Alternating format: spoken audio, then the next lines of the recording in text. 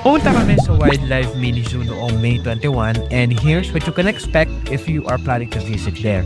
Isa ito sa pinakamagandang pasyalan na matatagpuan sa QC. Malapit lang to sa Quezon Memorial Circle.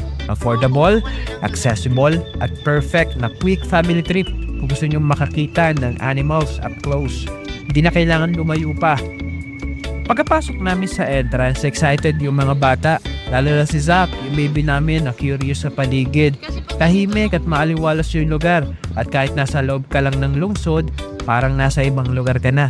Maraming mga puno, presko ang hangin at hindi masyadong matao nung pumunta kami. Bago makapasok sa gate, kailangan bumaba ng isa para magbayad ng entrance fee. 30 pesos ang regular ticket, 15 pesos sa students, 40 pesos naman para sa parking fee. Pagpasok nyo, mapapansin yung maluwag ang parking area. Plus point, maraming puno kaya shaded ang mga sasakyan. Pagpasok namin, naglalakad-lakad muna kami sa paligid. Ang daming puno at mga damo. Kaya kahit tirik yung araw, hindi masyado mainit. Presko yung hangin at tahimik din.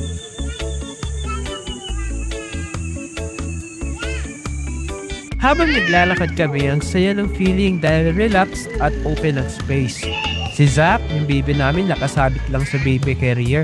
Tahimik lang, parang enjoy na enjoy sa pagtingin sa paligid. Lalo na yung paligid, tahimik at puno ng nature vibes. Perfect talaga sa mga pamilya na gustong mag-unwind. Next stop namin yung mga ahas. Nakita namin to honestly medyo nakakaba kasi malaki sila. Kahit hindi kami masyado lumapit, kitang-kita namin yung details ng mga ahas na naka-display. Punta nga pala kami dito guys, Monday, at in-inform kami na yung ibang animals like monkeys and other birds is hindi pwedeng bisitahin. Parang nagpapahinga sila every Monday. Pagdating namin sa bird tunnel, sobrang nakakatuwa. Lalong-lalo nang natutuwa yung mga baby namin kasi up close namin nakikita yung mga birds. Ay, si Eagles yan.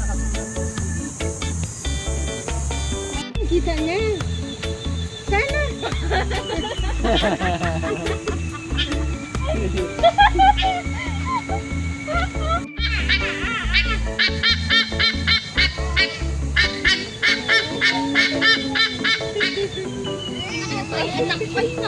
Huwag mo ganyan. Nasaan? Ano?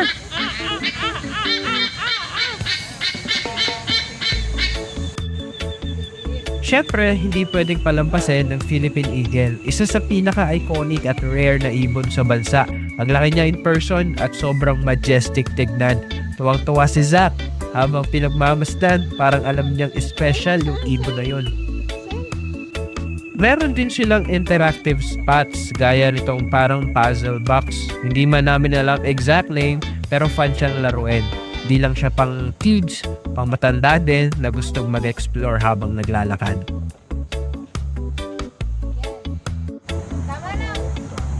Tama lang, mali.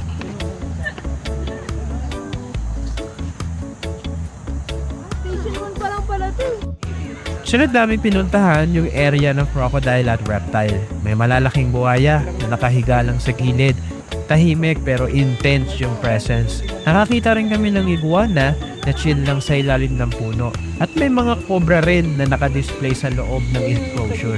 Mas malaki kaysa sa doon sa nakita namin kanina. Ay, ayun o, cobra. Python. To wrap it up, here are some pros and cons of visiting the Wildlife Mini Zoo. Pros, it's very budget friendly, perfect for families, stroller and baby carrier friendly, and full of educational and interactive activities.